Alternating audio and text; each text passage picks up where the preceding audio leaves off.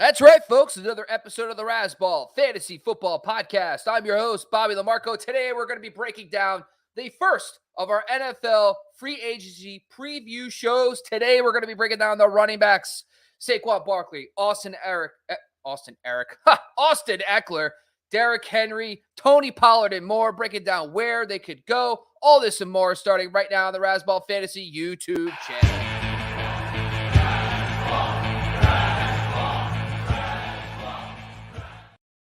That's right. Bringing in my right-hand man for today's show. It's Matthew Styles. You go follow him at Styles08 on Twitter. Matt, what's going on, my friend? Just happy to be here with the baseball draft show. Is that what we're here for tonight? That is exactly what we're not here for. Instead, we're going to do free agency for running backs, folks. Don't be fooled by what that man just said. Now, Matt, but pre-show, I asked you, what's your favorite kind of landing spot right now for running backs? Is there a certain team that you really want to see get a really premier running back? What's that team right now that has a vacancy at the RB1 spot?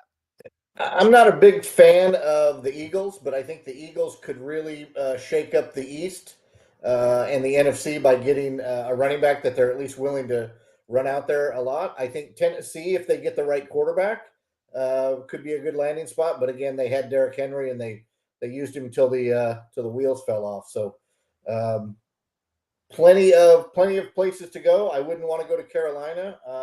I'm curious to see what Dallas will do, even though I really don't care what Dallas will do. But because we work in the fantasy industry, we got to know what the heck Dallas is going to do. But yeah, I'm interested to see what Philly does if they can afford to really bring in an offensive talent at running back. I like it. All right, let's bring in our next co-host. That's right, folks. As soon as you just thought it was going to be a duo show, we're doing a trifecta today. It's with Sky Gawasko. If you don't know who Sky Gawasko is, he's at the bottom of your screen. Go follow at Sky Gawasko on Twitter. Sky, what's going on, man? Good evening, gentlemen. Very excited to turn the page on 2023 and get into 2024. Very excited as well to hit the diamond soon, but we'll talk about that on other shows. Never. All right. So, Sky, same question, buddy. Like, what's your favorite? What team are you looking forward to the most? Bringing in a premier RB in free agency or the draft? Like, what's that one team that you think needs that RB1? Yeah, I think our team captain here, Matty Styles, nailed it right off the bat. So I'll try to come up with a different name or two. I hate to say it this way, but probably the Cowboys. I don't think Tony Pollard's going to be long for there. I like our boy Rico Dowdle, but he's also a free agent. So they might just clean house over there in Dallas. We'll see what happens. I love J.K. Dobbins. I love what Gus Edwards has been doing for us in non-PPR leagues. But I'm afraid with that major injury to J.K. Dobbins, the Ravens might clean house also. And obviously, just like Matt said, the Eagles, the Chargers, Titans, some of these other teams. And Bob might be losing your boy as well up there in New Jersey. So the Giants might be looking for a new stalwart there as well. So lots to shake up here at the running back position. Yeah, I honestly am really looking forward to see what the Texans do. I mean, Devin Singletary looked good. Dameon Pierce just doesn't seem to be a fit for whatever reason. Maybe it's the zone blocking scheme. He's not as good with that one. I don't know exactly what the issue was with him this year. That seems to be kind of what it was. But I think the Texans, if they decide to go out, spend a little money at the running back position because they have that cheap quarterback with C.J. Stroud under contract for at least the next 3 seasons, I do love that as well. But as promised, today we're going to break down the free agency among running backs here, folks. There we go. And let's kind of go through the laundry list of running backs. I think today we got to make sure that, yes, we're going to cover the heavy hitters, the Barkleys, the Ekelers, the Henrys of the world. But there is a laundry list of running backs right now available that could make an impact. Of course, we start at the top with Saquon Barkley, Josh Jacobs, Derrick Henry, Austin Ekeler, Tony Pollard, DeAndre Swift. I think that's the big 6. Those are your big-time guys that have proven to be RB1s that's still relatively kind of in their primes. Then he kind of goes down to Zack Moss, big season this year. J.K. Dobbins has flashed in his time with the Ravens. You also have Gus Edwards, Ezekiel Elliott now back on the market as well. D'Onta Foreman has shown some things, also Devin Singletary. And then you kind of get to more backup guys, maybe some guys that could shake things up in other backfields, similar to Antonio Gibson, Kareem Hunt, A.J. Dillon, Jerick McKinnon, Rico Dowdle, Melvin Gordon, and then we have Sullivan Ahmed, Chase Edmonds, Damian Harris, Dalvin Cook, Matt Breida, Cordell Patterson, and more. I don't need to go into every single name there, but there's kind of a lot of other names on the list. So we'll kind of get into some of the deeper names later, but we're here for the heavy hitters, folks. We're excited to break down some of the main guys. And of course, Sky has to go at me first off. I didn't say anything about that. I didn't ask you to talk about the Super Bowl, Sky, did I? I didn't say, hey, man, let's talk about the 49ers losing. No, I said, you know what? Let's just go right into it. Let's forget about the past. Let's move forward. And you have to throw a jab telling me that Saquon Barkley might leave in free agency. I'm holding out hope, but I'm going to throw it to you, Sky, first, man. We got Saquon Barkley, 27 years old, coming off a very strong season, 10 touchdowns, 1,200 yards. Now, there are some rumors that the Giants want to see if he'll explore the market, and they'll probably match what he gets. But what are you feeling for Saquon Barkley? Do you have a landing spot in mind, or you think he's going back to the New York Giants? Yeah, Bob, you and I have been over this for a couple of years. It's all love between us. We're here to talk business. This is a business relationship. Once we hit recording, personal love is out the window. So I have love for you. But strictly talking business, the Giants blew it last year. Paying D. Jones was not the move. Paying Saquon Barkley potentially would have worked out. Daniel Jones got hurt and whatever. You can't knock him for the injury, but it just hasn't been as great as they thought it would be. So now that you have to franchise tag him again, they're not going to do that. So I do think that it's a foregone conclusion. And this isn't my call, by the way. You want to talk Niners, we could talk about how they didn't have a first down for a quarter and a half to start the second half, or didn't play defense in the second part of the overtime. But we're not here to do that. We're here to talk about Barkley. Saquon Barkley, unfortunately, Bob, I think could go to a divisional counterpart. Now, before I reveal who that might be, because all three of those teams could use Saquon Barkley. I think everybody in the NFL could. You rarely see a premier player going within division. DeAndre Hopkins most recently went from the Houston Texans to the Tennessee Titans. Very rarely does that actually happen, though. However, it just makes sense in this particular case. Now, we just talked about the Cowboys and Tony Pollard. I don't think they're going to sign Saquon Barkley. A lot of money. There's a lot of money out there with Dak and CeeDee Lamb and all that, and on defense as well. Commanders got a lot of movement there. Antonio Gibson's leaving probably, but they're not going to bring him in over Brian Robinson. They got to do the quarterback thing. I think it might be the Eagles. Matt brought it up top of the show. Just makes sense, man. I know this sucks for Giants fans, and I'm sorry to bring it up this way, but in NFL terms, it makes perfect sense to me. And in fantasy, this would be incredible. So very few teams can kind of absorb the Saquon chunk of money. You brought up DeAndre Swift, but they're also potentially getting rid of Boston Scott and Rashad Penny. So that's 3 running backs that they're losing. That's about $10 million. Saquon Barkley's about $10 million as well. So it's a wash a bit there.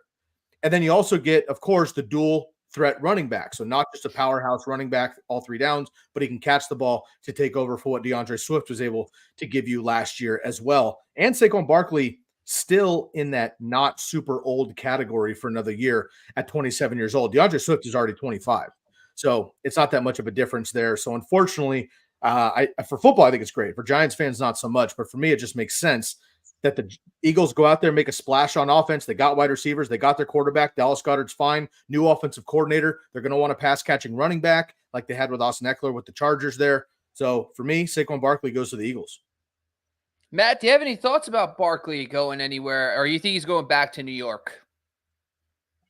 We can't talk 2 catcher leagues because you told us that that's out for today. Is that a thing? Is there like a baseball niche where you're like, oh, we'll do double? Is it like a double tight end league? Is that kind of like what the? It's kind of like it's super flex-ish.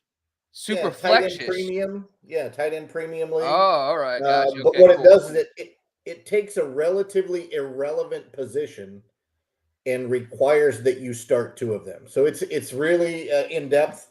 Sounds horrible. But yeah, it's relatively horrible. I won't bore you with that, but I do have a big draft coming Sunday. I'll call you afterwards. If I got 2 great catchers, you'll be one of the first ones to know, Bob. So good on you for answering the phone. I'm not going to do I that think now. of any. Now I know what the call's about. I'm not answering the phone call. Last time you called me, you were drunk and you were upset about something. That's all I can tell you. So if you do call me, I know you didn't get your double catcher you wanted. That's what I'll know. Yes, we all have our burdens to bear, right? So yes, I may have been tossed that night, but I don't even remember what it was for. So it obviously wasn't that important. I agree. If Saquon's not going back to New York, he's just not going to do it. He's getting beat up there. He's not winning. Money's not everything for these guys, right? Most of them have enough money to live for the rest of their lives. So I think he wants to win. Sky mentioned DeAndre Swift being 25. He's a really young 25. He doesn't have a lot of tread taking off his tires. He hasn't been a workhorse for a while. So if they want to bring him back, they could do that and probably mix in with him Barkley, and that would be a nice 1-2 punch. I don't think they'll do that. I think they're going to get rid of all their running backs to include Darren Sproles and Brian Westbrook, so they won't have anybody. It looks like it's Saquon for me. The other landing spot I can see him going to a new offensive coordinator that kind of doesn't like to throw the football is Greg Roman. So maybe he ends up going across country to Sky's Los Angeles Chargers. Yeah, there was some rumors about him potentially going to the Chargers, like as like a team, but we'll talk about the Chargers today. But for the Giants, like there really isn't many options for them. Like they don't have like Danny Gray is like the backup. They don't have like a guy that it's not like it's Josh Jacobs, who we'll talk about in a second, where it's Zamir White flash. You know, if Josh Jacobs walks, they know what they have. Danny Gray has not shown that. The other thing is like they don't, like if they let Saquon Barkley walk, they don't have the talent around Daniel Jones. Like, can we start by just keeping the freaking talent around it? You pay a quarterback and then you dump the talent. Like, it doesn't make sense. Like, don't do that. Like, if you dump the talent, dump it on defense. I'm sorry, but you cannot dump the talent around him. And if Barkley leaves, then they better go out and get a number one wide receiver. The only alternative for the Giants I see is they could potentially go with Devin Singletary from his ties with Brian Daboll. Maybe Damian Harris. I could see like that Bills correlation. Like if they lose out on Barkley, they're going to have to go out, get somebody. There's guys like Derrick Henry, CEH type deeper names that you could kind of look at maybe for some deep ties to them. But honestly, if they don't get Barkley back, I could see them picking up on Devin Singletary as an option there as well. All right, let's go down to Josh Jacobs. Now, Sky, I know you and Josh are at this point. The other day, by the way, you said in the podcast, you said, "Oh, you know me, I love my Alabama running backs." I'm like, am I fucking losing my mind here? Did I just lose my mind? He's always been the exception. He's always been the exception. Yeah. Well, yeah. He's still relatively young, only 26 right now, coming off a pretty decent season, 1,100 yards, 6 total touchdowns, 2 years removed from a monster campaign there. Now, with Josh Jacobs, what's your thoughts here? Are you kind of, do you think he's coming back to the Raiders? Do you think there's any chance he moves on somewhere else? No, I think there's a lot of hype in the locker room from Antonio Pierce and maybe Josh Jacobs himself that that's his guy and he's got his back, whatever. It's a business. Zamir White is as good or better. And I said that when Zamir White came out as a rookie, and obviously he didn't play very much and he got hurt and Jacobs was number 3 in fantasy or whatever. So I was a year early on that, as Matt likes to say, but we saw that in the back half of the season. Zamir White came in, filled in with 15 PPR fantasy points down the stretch in the fantasy playoffs, which, oh, by the way, Josh Jacobs didn't even participate in for your team. I had mentioned this in our running backs bust article. That was running back 9 down the stretch for Zamir White. Josh Jacobs had 13 fantasy points. Not going to franchise tag him, I don't think. There's just too many other mouths to feed there. They got to deal with Devontae Adams there as well, which I think is going to be interesting. But for me, and I don't want to jump the gun too much here and talk about King Henry, but I think all of us with his exit speech believe that King Henry's leaving Tennessee. So I think Josh Jacobs could fill in at Tennessee. As I mentioned with Saquon Barkley, and we'll talk about Ekeler here in a second. But when I look at these moves, it's not just what player makes sense on the team. You got to look at the money too, right, Bob? So when you're looking at like what these players are guaranteed, how old they are, what the workload is, all these kind of things, I start doing additional math. And there's few teams like the Eagles and the Titans who could absorb a player leaving. Like Derrick Henry's opening up $25.5 million in guarantees. So they can get anybody they want. Not every team can absorb Saquon Barkley, Josh Jacobs, Austin Ekeler, Tony Pollard's contracts.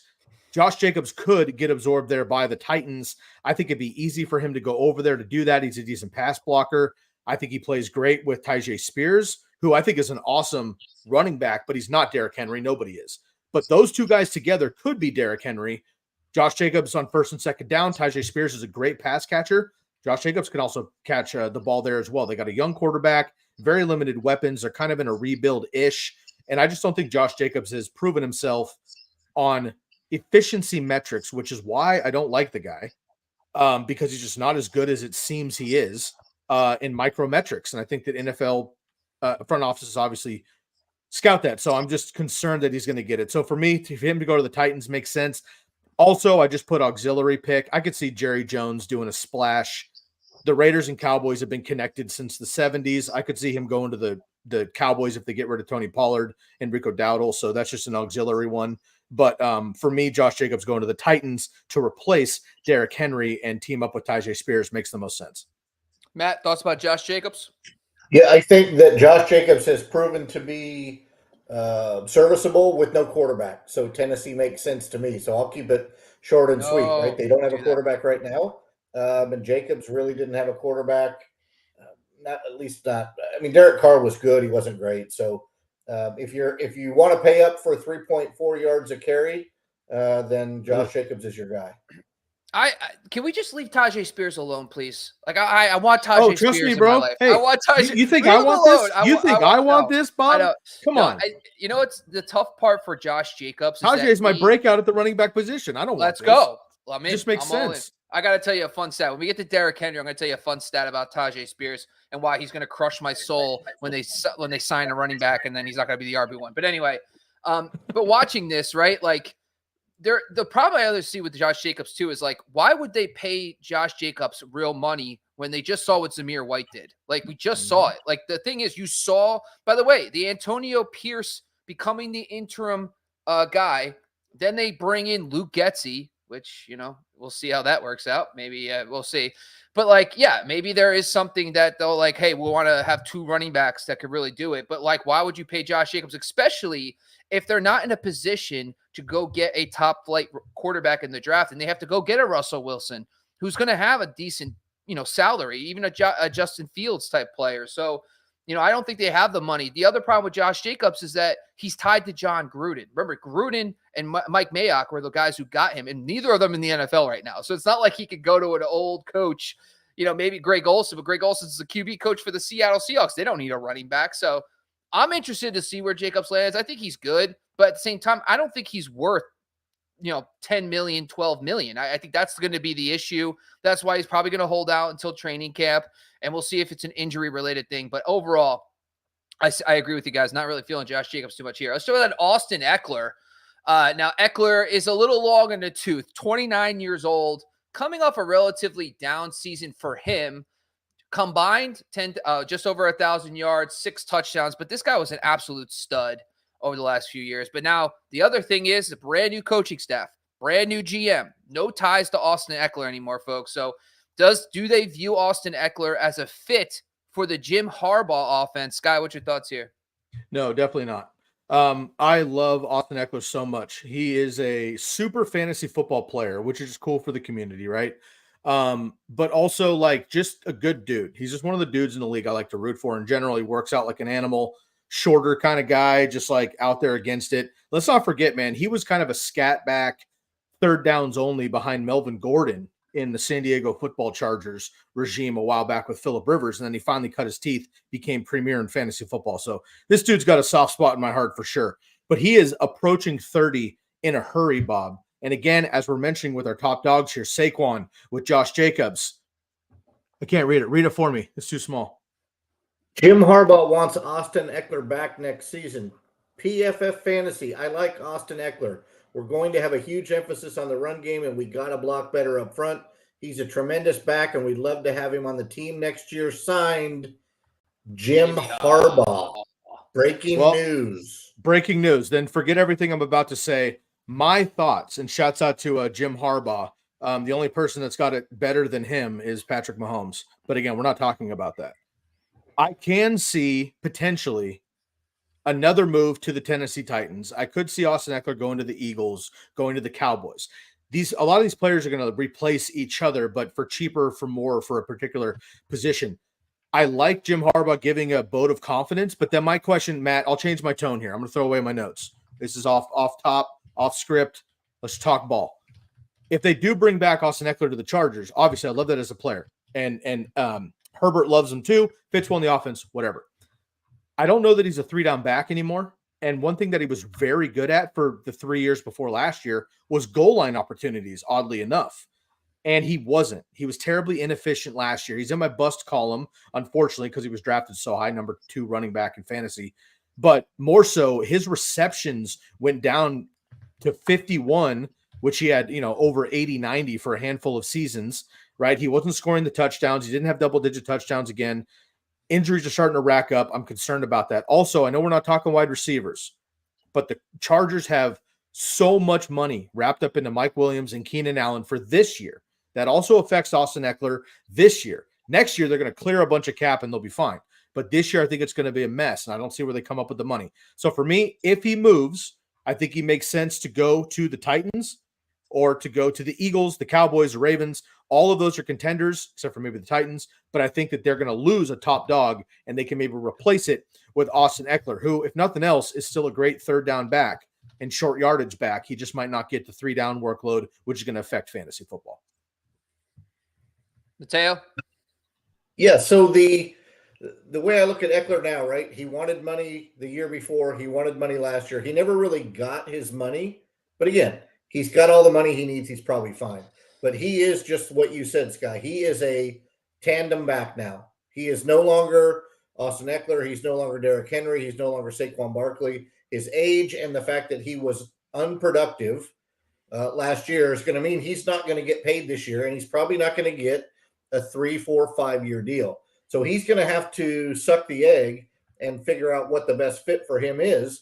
And that could be a pay cut to stay in LA and to split time with somebody, or understand that he's a monster third down back and just be that guy. I would think that if you get in the heads of some of these guys, they will, the inside their head, you will think they still want to be the alpha running back. They think they're that good. They think they're going to hold up forever, but they just don't. The running backs do not last that long in the NFL. Their shelf life is short, and his is even shorter now based on his age and his usage. So I like him to stay in LA, but he's going to have to take a significant pay cut, and then he's going to have to realize that it may be just a 2-year deal, and then he's going to have to go through it again. So maybe he can get a longer deal, slightly a little bit more money or more money guaranteed, and go somewhere else. I don't know what that somewhere else is.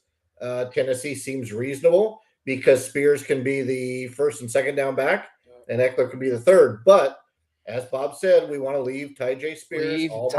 Spears alone. Yeah. So, but a lot of this is going to be musical running back chairs. So a lot of guys that were in one uniform, they're going to swap uniforms with the other guy, and I don't know that it's going to move the needle a whole bunch in the NFL. Quarterbacks are where you make your money. So. I think the biggest name was Saquon. We've talked about him. Ekeler, I don't know how much tread he has left on the tire, to use that cliche again. You know, I got to say this, though. When you look at Frank Gore's career, we talked about this previously. Like, Frank Gore, in his early on in his career, was a pass-catching running back. Like, this guy was getting a shit ton of targets in the first few years of his career. And then Jim Harbaugh comes in. They don't use him as a pass catcher anymore. And honestly, like, that's where I feel like at this stage in his career, I'd rather have Austin Ekeler as a scat back third down guy. I don't want him as my early down thumper. I don't think he's a great fit with Jim Harbaugh and what he wants to do. Now, when they did run Jim Harbaugh, I did want to take a look at this because there's gap and zone schemes. Jim Harbaugh runs a gap scheme from when he was with the 49ers. Maybe it's changed as of recently with Michigan, but from his time with Frank Gore, and like, yeah, Ekeler was a little better this year running and gap schemes, but he wasn't good. So, like, when you think if he doesn't go to the Chargers, where is his connections? The Eagles make some sense because Kellen Moore's there, but was he even good with Kellen Moore? It was only 1 year.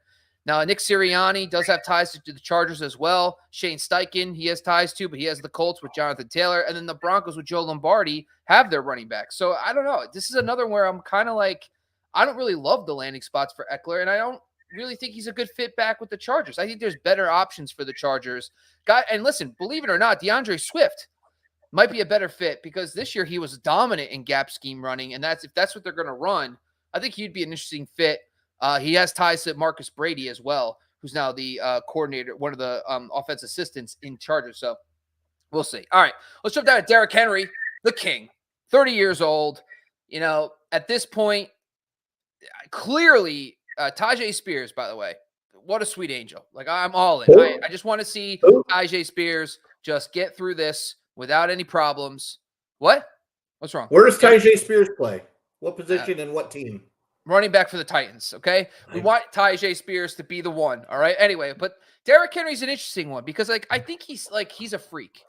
And, like, we saw this with Adrian Peterson like no one wanted him, but when he got the chance, the guy was dominant again. Like for the Commanders, he was like, no one wanted him. He was like 33 and he rushes for 1,000 yards. And everyone's like, well, that sucked. Everyone's like all pissed off because he rushed for 1,000 yards. And it's like, yeah, no one wants it. I think Derrick Henry's kind of the same guy. You know, he still was pretty good this year. Sky, any thoughts about Derrick Henry, where he might land? Yeah, I love Derrick Henry. It's contender or bust from him. He doesn't need to make more money. He already got his second contract early in his career. He's the oldest of the main backs. Jerick McKinnon's 32. Derrick Henry's 30 this year. Again, he has the most money, 25.5 million. He's going to eat a bunch of that. He gets that paid guaranteed, but Tennessee will help him with that. The Ravens and Cowboys make the most sense. I don't know what the Ravens are going to do. I love J.K. Dobbins. I'm rooting for him as a person, but brutal injury, and we'll see if he can make it back. We saw the Ravens ditch the running game in general in the playoff game. They lost to the Chiefs, but I don't know that they like. If you have Derrick Henry, A, you're not going to do that, and B, you have another asset that's not Lamar, right? Like these running backs have been good in Baltimore, but are they that good, or does Lamar open the game up so much that they're able to do that? Now they have Zay Flowers and a better, Isaiah Likely is a nice second option with Andrews, whatever. So I think the best move there would be the Ravens, probably for Derrick Henry. First of all, I think he would look incredible in that uniform. Kind of like Terrell Suggs, Ray Lewis type, like dark faded face mask. But the Cowboys make a lot of sense too. Again, big splash name for Jerry Jones. He loves that kind of shit for marketing. But if they get rid of Tony Pollard and Rico Dowdle, Tony Pollard's nice. Tony Pollard has been nice. Zeke was nice. But now you get Derrick Henry potentially in that offense to mix it up with Dak and the play action and all that stuff. I think that could be pretty ruthless. So for me, Derrick Henry's going to go to one of those two, just massive gets. And again, maybe the Eagles take a look at him. All right, get your pens out. Here is prediction number 1 from me of the offseason. It makes a lot of sense, which means it will never happen. Nice. A.J. Dillon, as a free agent, Nice. leaves Green Bay. Derrick Henry and Aaron Jones become the over 30 Thunder and Lightning. I love it, dude. It prolonged both of their careers, and they let those young wide receivers run crazy. I don't think it will happen, but I think Derrick Henry in Green Bay as the first down, second down back, and prolonging what Aaron Jones does so well. Can you imagine the two of those guys in the backfield? It's crazy. Aaron Jones can play wide receiver. He doesn't need to anymore, but he can. If you get him singled up on a linebacker, it's game over. I would love to see it, especially if Derrick Henry's willing to go to a contender. Some people have Green Bay as the 4th best team going into 24 because of age and some draft picks that they have coming up. I think Henry would fit perfect. But if you want the true where I think he's going to end up, I think everybody that knows football knows he would look sick in the Dallas Star. He would fit that mold. Jerry Jones is willing to pay him as much money as he wants probably, but I don't want to see him in Dallas. I think that's a good fit for him. Maybe they bring Rico Dowdle back, right, as kind of the third down breather guy. But I would love to see him in Green Bay, and I think he would be a wonderful addition for them. And I don't think A.J. Dillon will be back. So I agree. I agree, Matt. And I love that's a deeper take. I don't think many people have been throwing that out there, but you're right. A.J. Dillon on his way to walk as well. 27.5 mil. So he's not cheap and he'll be out the door. Also just 2 touchdowns. Derrick Henry, of course, 12. I love that. Can I get a modern day? I mean, Tiki and Jacobs, if you want to be a Giants fan, but give me Ron Warwick Dane. Dunn. Give me. Oh, Ron Dane. Fine. Ron Dane. Shouts out to the Badgers. Yes. I'll give you an older one. Mike Allstott and Warwick Dunn, dude. Ingram That's and what I want Kamara. to see. That's what I want to see. How about Neil Anderson and Brad Muster? Oh man, look at this. Look at this, Matt. Some of these people watching are like in the 2000s, though. You know what I mean? So yeah, they were big Tecmo Bowl guys too. You could run either one of them. Yeah, I just aged. I just aged like a year just from hearing that comment. Yeah. Tom just- Rathman and Roger Craig. I love it. I like the Green Bay pick a lot. I think that's a fun one. Obviously, you're a fan there. That'd be cool. But it does make sense. You're right. And again, when you have a big running back and a big running game and threats nonstop, that does open up the passing game, and it helps Jordan Love tremendously. That offensive line could get healthy. My only concern with Green Bay, and we've seen this forever and ever and ever, they don't make moves coming in or going out. The Aaron Rodgers was just overdue and that he left, but Devontae Adams trade was like blew the doors off. They never make a move like that. So that's my only concern with it happening. But that one does make sense out of the bigger heavy hitters. Yeah, I actually wrote down, and because like I like to look at the ties that other teams have to the Titans and Derrick Henry. Matt LaFleur was the OC for the Titans for one season, so he knows Derrick Henry and he played well for him, so that makes sense. He also has ties. Like I do think there is Tim Kelly, the current OC this year, and he was on the staff for 2 seasons, is now with the Giants. If they lose out on Barkley, the one thing I noticed with Derrick Henry was that he was much better in zone blocking schemes early on in his career. Under Arthur Smith and Matt LaFleur, he was in a zone blocking scheme. This year, they leaned more gap than usual. And I think if he gets back to what he does best, the Giants run a bunch of zone blocking schemes. If the Giants feel like he's still got to step in and he's cheaper than Barkley, I could see them going up there as well. Arthur Smith's now the OC for the Steelers, so there's too much room. There's no room for him there. Same with the Jets, his former RB coach. So Can I throw out a random, I was going to say random school. I thought a random team here. I'm just trying to think of it. I like Derrick Henry in a late season, shitty weather team, right? Chicago, Green Bay, Baltimore, obviously, Buffalo could be another one there as well. Kansas City, I hate to say that, but that could work. What about Minnesota, though, if he keeps it inside? If they actually run it back with Cousins and they keep Jefferson and they do all the stuff, like they don't have that big running back, and maybe Derrick Henry works well with that team also. But no matter what, I mean, King's got at least a year or two left. And I think whoever's going after him is willing to pay him what he needs. He knows his role. I think he just wants to be on a contender and a team that, has a serious chance to make a deep run. Yeah, I'm picking the Philadelphia Eagles. I think he'd be awesome there. Like if I had my dream spot, like they don't need him to catch passes, just be dominant on the ground. Like DeAndre Swift was good for them, but like they don't need a pass catching running back. They got all that through the tight ends and wide receivers, and Jalen Hurts runs the ball too. So they don't need a true pass catching running back. So, and they got Kenneth Gainwell. They need one. So I think he'd be a sweet fit there. That speaking of, DeAndre Swift, let's just jump down to DeAndre Swift, talk about him. He's actually one of the younger guys on the list. He's only 25 years old. Feels like he's been in the league for a long time. What's your thoughts here, guys? Is he coming back to Philly or moving on?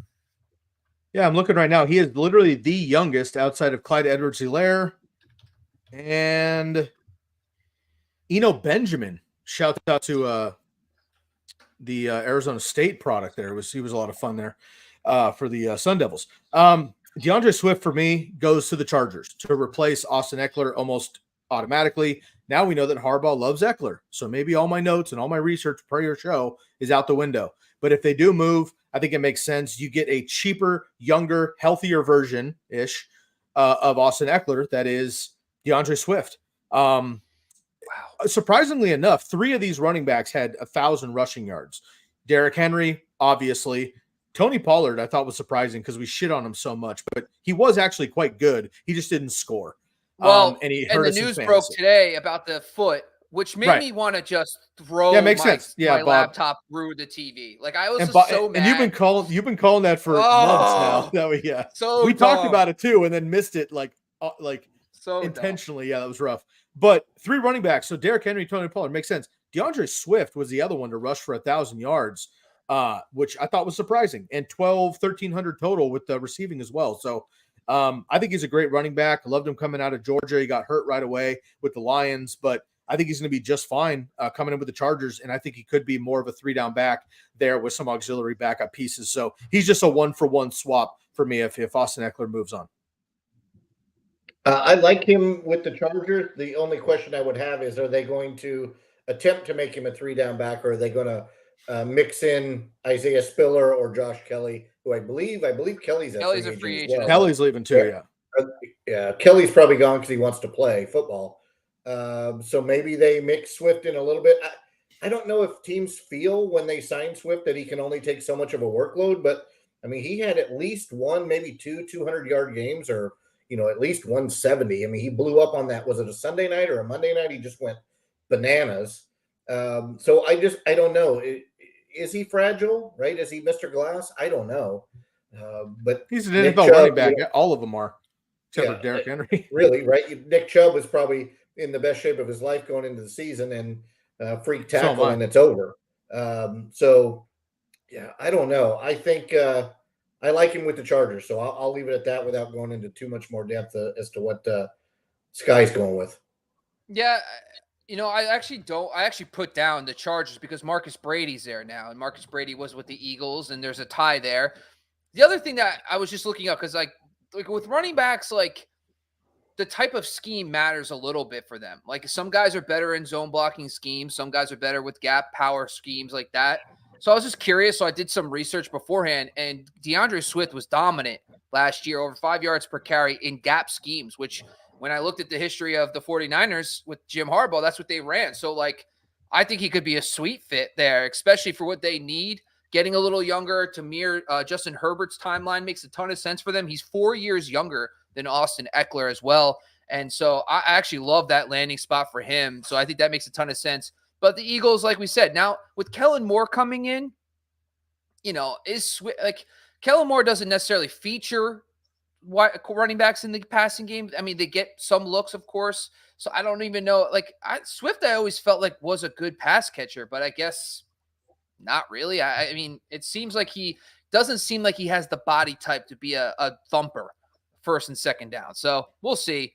Let's jump down to the next one here. It's Devin Singletary. Now we're going to kind of go through these next few. And I think the Texans in general is just an interesting landing spot because Dameon Pierce looked like he was poised to be awesome in the Shanahan scheme. He struggles.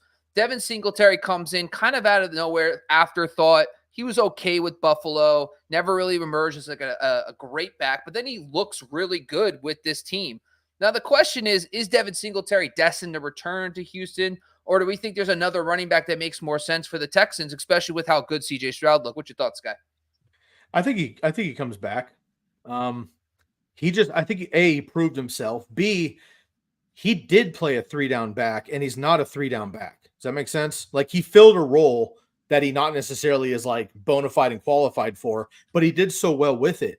And let's be honest, man, the Texans have kind of surprised all of us, and it's easy now to say, oh, I knew CJ Stroud would be this, and Nico Collins and Tank Dell and all this shit. And, that some of that's true. But what DeMeco Ryans has been able to do and what that team has put together, offensive line and their defense, and the type of football they want to play.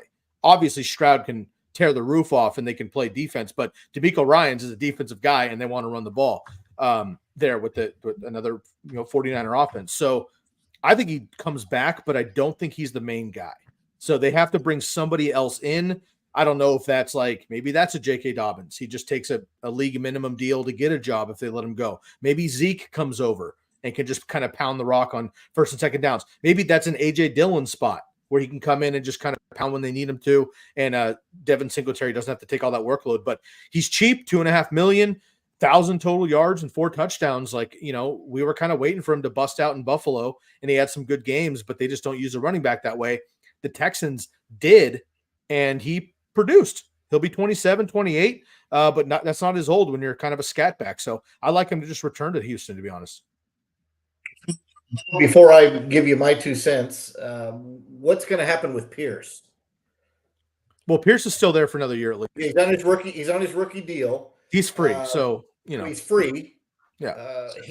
Last year he was a beast, but are we going to find out the Tony Pollard foot injury was in Houston as well? Right? Was there something nagging or aggravating with him all year? I think he can be the first and second down guy and put Singletary back into the spot that he belongs. But I don't see DeMeco Ryans tinkering too much with something that worked. Singletary seemed to go ahead. So I think he struggled with the scheme. So I was curious when I looked this stuff up. So I went onto this site and I tried to pull out as much data as I can, separating gap run schemes versus zone schemes. And based on the data I pulled, he averaged 4.6 yards per carry in gap runs and 1.9 yards per carry in zone concepts. And when you come from a Kyle Shanahan, like Bobby Slolik came from, you're going to be heavy zone concepts. And I think that's the problem. He just didn't pick up the scheme well enough. And that's what they run. They run a zone blocking scheme, and Devin Singletary just looked better when running behind that scheme. So there's something that he maybe in the second year he'll finally click, but something was clearly off when he was running behind that offense. Yeah. If you're a north-south guy, what is the better scheme for a north-south running back? Gap, for sure. So Pierce is not a shifty dude. He's your chin strap better be tight because I'm coming north-south. And when they were able to move him east and west, he wasn't as good. So I don't know. Slowick's. Houston's not going to change their scheme to fit Pierce. They're going to have to make Pierce figure it out, or he's going to pack his lunch and go somewhere else. But like Sky said, he's free, so they're going to try to make it work with the guy. But he's going to have to show something better than what he did in 23 last year. To couple on Bob, to couple on your point there, among running backs with at least 100 carries, Dameon Pierce ranked dead last with a success rate of 22.6 and yards per carry of 2.9 under 3. So he was just literally abysmal. Devin Singletary last year came in as a free agent. So he was free last year too, ish. And in running back terms, $2.5 million is not a lot of money. So Devin Singletary, I think they could just bump his salary a bit, keep him around, give Dameon Pierce another run. And maybe he did have lingering injuries that stacked up, but they tried to use him, but it clearly didn't work, either for scheme or for ability. I actually liked him a lot coming out of Florida in the draft class, and he obviously did well as a rookie. But the knock on him was that his combine was terrible and that he didn't have the shiftiness. And yes, he could be a plotter, but in the NFL, plotters only last so long, right? So they were worried about that. He got all the work last year in Houston. There was nobody else there until Singletary came in halfway through, right? So like maybe it was just a volume thing last year in fantasy football, like James Robinson. James Robinson got a second opportunity, got hurt, but then he came back, nothing. So I just think they run it back in Houston and probably bring in like Melvin Gordon, Royce Freeman, right? Latavius Murray, some of these like old guys that'll play for free. Just get some of those extra bodies there in Houston because I think they have a lot of other great core options.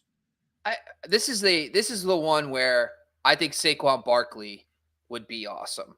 Like, yeah, I think you have a rookie quarterback who literally is awesome. You want him on that turf though, dude? Oh, well, God. I just think, in my opinion, when you have an elite quarterback on a rookie contract, you have a short window to really capitalize. And like what the San Francisco 49ers have with Purdy is unmatched, but the Texans have that too, to an extent. And you can have the luxury of signing a premier running back and splurging a little bit on these luxury positions, if you will. And Barkley, by the way, I'm telling you, his zone versus gap scheme splits, he's so much better in his zone scheme. He would be awesome. I even think Derrick Henry would be an interesting fit with the Texans. You know, these teams the Texans know better than anybody what Henry can do. And if they feel like Henry can really enhance, they don't need him to be an elite pass catcher. And with CJ Stroud and those weapons, they don't really need him for that. And they don't even need him to be the primary focus. So he could be an interesting fit there as well. So I don't mind that. I skipped one player. It's Tony Pollard. Want to give Pollard his 2 cents here. Pollard, of course. Well, shouldn't we just skip him because he's skippable? I honestly, I am pissed. I'm so.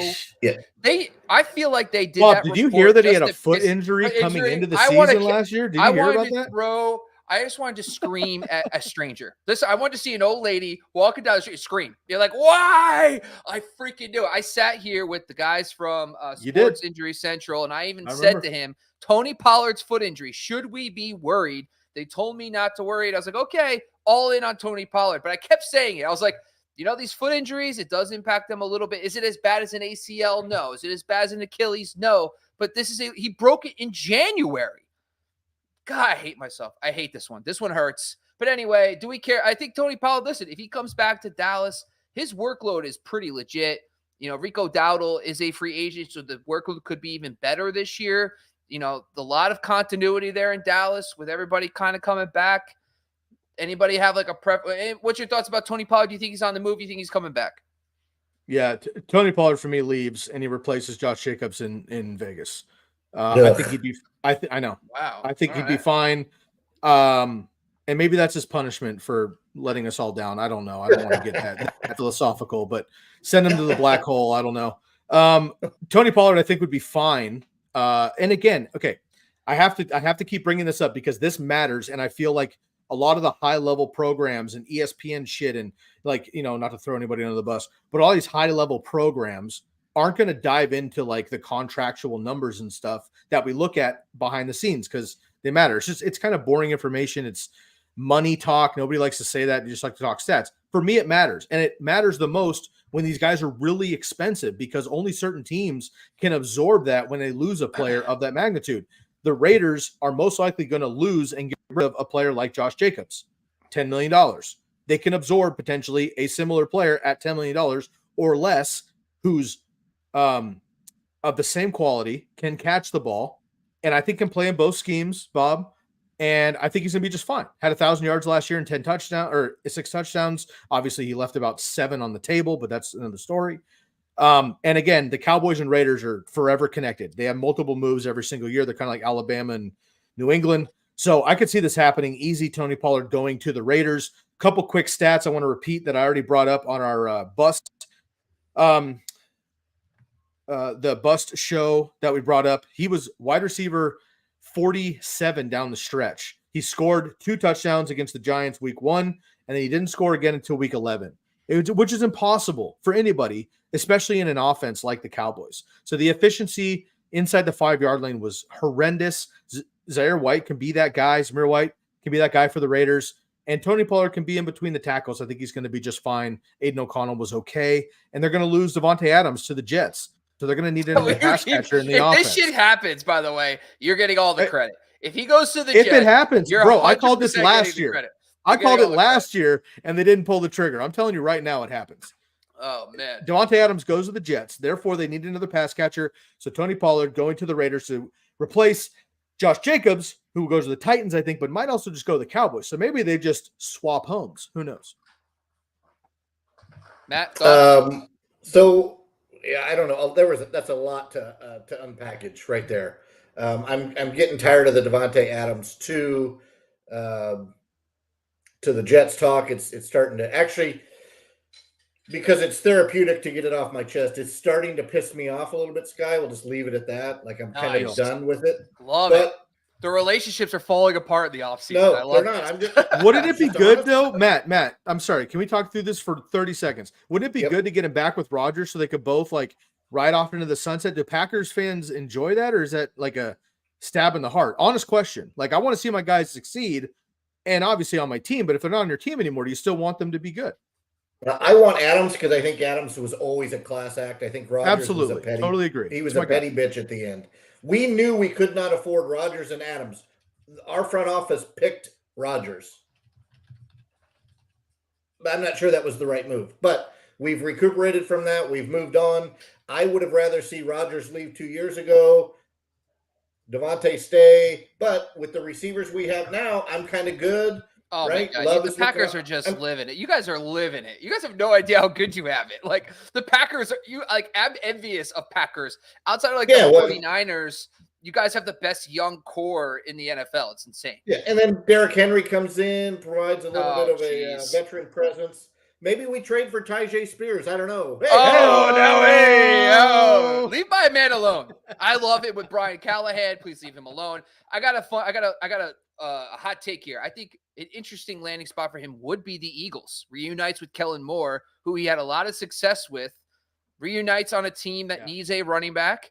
That in knows division, though, it's rare. I just want to throw that out there. But at the same time, these guys, the they Eagles know each other very well. Yeah, they know what he means to the Cowboys, and if they come in and give him a better offer, why not reunite him with? Because by the way, he'll know the system better than DeAndre Swift. He'll know the system better than. So when it comes to blocking and all that, he's going to have a leg up on the incumbent running backs. And by the way, Tony Pollard with Kellen Moore was a stud. That's why he was Electric. so highly drafted last year, is because he was so good with Kellen Moore the year before that. I agree. Matt, I'm going to put that to bed until it happens. I won't mention it again. All right. So, all right, I got a couple. It's just like I will not continue to bring up the fact that I called Baker Mayfield as a top 12 quarterback.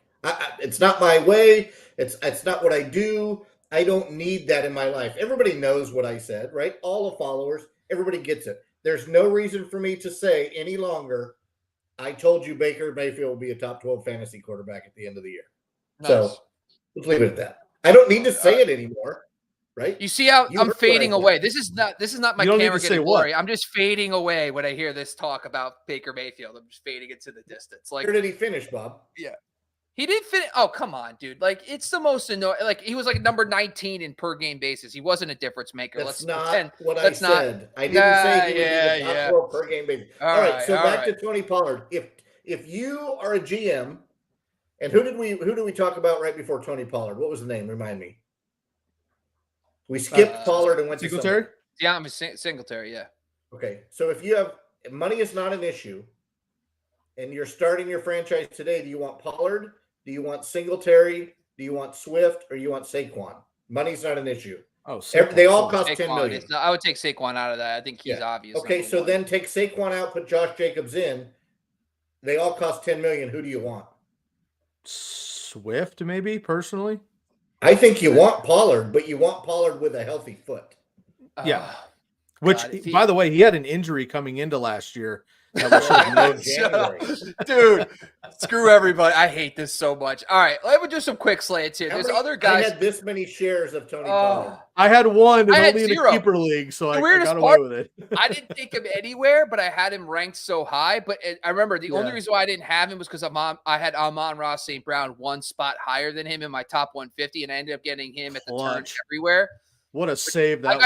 I got saved by it, but like it just. But anyway, you know, whatever. So a couple of situations I find interesting. Let's just talk. I'm going to breeze through them really quick. You guys feel free to chime in where you think is necessary. I do think the Ravens' current situation is interesting because of multiple reasons. One, both Gus Edwards and J.K. Dobbins are free agents.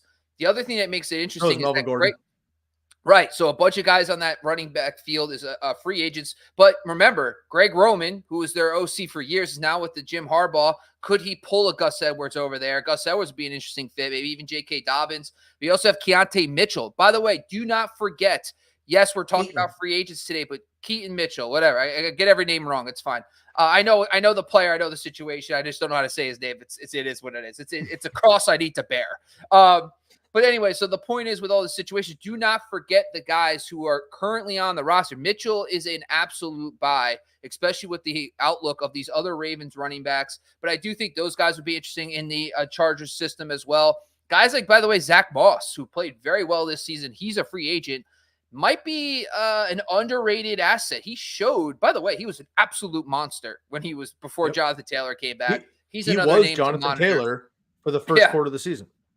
You know, we got Matt's guy, A.J. Dillon, who, but I know A.J. Dillon I've never been a fan of A.J. Dillon, but over the second half, there's something changed. He started looking much better the second half of this season than he's ever looked before. So I think there's some growth there. He probably might just be back with the Packers, that type of player. You also have the Chiefs. Jerick McKinnon, who's probably easy for them to retain, but also CEH is finally out the door. I think Isaiah Pacheco, we saw it in the Super Bowl, by the way. He fumbles the ball, and then Pacheco, they kept with him. And that's all you need to see. I think he's a locked-in top 24 pick next year, especially with all these other moving parts. And the final one, too, is the Bills situation. Don't forget about, the Bills used Latavius Murray and then Ty Johnson. They brought in Leonard Fournette. James Cook is the only guy left on that roster. And he could be really in for a much bigger role next season. So just be aware of that. What about Damian Harris? Damian Harris, I love Damian Harris. I think he's an option for the Giants if they lose Barkley because of the ties to Buffalo with Dayball, and he kind of knows this. He got hurt last year too and faded out. So so he could be an awesome player too. But any kind of final thoughts about any of the others? Is there a player we haven't discussed, Guy? Is there something else you want to talk about before we close the show? I just think a couple guys just to rattle off some names, not really going into detail or anything, but Zeke, Deontay Foreman had a handful of good weeks with the Bears. Antonio Gibson, Kareem Hunt. We talked about Rico Dowdle, right? My boy Royce Freeman, the all-time Pac-12 leading rusher. Maybe Dalvin Cook gets a second wind somewhere else. Hopefully, I know he's getting older there, but just some other names like Travion Williams for the Bengals never got a shot behind Joe Mixon, but people were really excited about him when he came in. So just some general names I think that could work. CEH would be awesome. I like that. With the Arlington Renegades in the UFL. Great job, Jamie. Yes. So keep an eye on that. But yeah, going to be a lot of moving parts. But those are some of the additional names I'm keeping an eye on just because we have seen spurts of them in the NFL. And obviously, we got a handful of rookies coming in. We're not here to talk about rookies right now. But my 2 cents very quickly is that this is not an impressive rookie class overall, outside of a couple high-profile wide receivers, certainly not at the running back position. So I don't see a lot of those guys coming in and making an impact like we have the last couple of years. Therefore, some of these lower-tier free agents who know the NFL game and routine and speed could maybe get an additional handful of jobs. Chase Edmonds is a deeper name there as well. The name I think, and I never thought I would say this because I'm not a fan of where he started his career, but the guy that not impressed me, but showed me the most that I think would be a good addition to somebody with a young running back that needs a veteran presence and a guy that can chew miles is Zeke Elliott. Yeah, I agree. The guy is built to play. He's in good condition, good health. And the fact is he's just a professional. He was kind of a clown, right? He was kind of a jokester, a little bit more of kind of a weird dude in Dallas. He went to New England. All you heard about was he was running the ball hard. He did what he was asked to do. When Ramondre went down, he played football, right? He wasn't in the news. He just did his thing. And I think he'd be a real good addition to a team like Houston. I agree. He got a bunch of passing game work. He was not. He didn't look good on the ground. Like his numbers were not really. No, that but good. but Bob. But you got to be honest, though. The Patriots were dismal, though. Well, if you let me finish the damn statement, what I was going to say is heading into last offseason, we probably would have thought Dalvin Cook would have been – we would have all picked Dalvin Cook over Zeke. And the irony is Zeke looked much better than Dalvin Cook. And Dalvin Cook is another guy, which I don't really know if he – like the Jets, once they lost Rodgers, it looked like the entire team was just deflated. Not good the first month or so. So I wonder if he's just totally dusted. He did sign late with the Ravens. Do they bring him back in because of Keontae Mitchell's injury? The one name I didn't bring up, I want to just close the show on, is Antonio Gibson is a free agent. Not because of him, but because of Brian Robinson. I think Brian Robinson is one of my favorite buys because of the fact that I love what Cliff Kingsbury will bring to that offense. We broke that down in another video. Go check it out, by the way, the impact that Cliff Kingsbury have Brian Robinson. Matt, back to you, buddy, before we close the show. Quick quiz. Who wants to answer the quick quiz? You guys are not always good at this. Quick quiz. Who wants it? Go. I'm gonna give it to Sky. Sky, what position did Antonio Gibson play in college? He's a wide receiver. Nailed it. So he's very going to good go to a situation where he's a third down or he's a scat back. He's not an RB1. So you've got to find that role that's got the Derrick Henry, Josh Jacobs, Tony Pollard, Saquon Barkley already in position, but he could go as a package deal with one of those four guys and make the backfield for that new team totally different and relevant. Somewhere like Tennessee, maybe. Okay. Yeah, well, they don't have a RB1, do they? No, unfortunately not. All right, Bob, you want to run us out? No, I don't. Now I'm going to just drag this thing out now because you guys are assholes. All right, hey, I appreciate everybody coming with us today. No, it was a good show. Yeah, Sky, love you coming in, Bob. Always good to see you, ladies and gentlemen. We are out of here.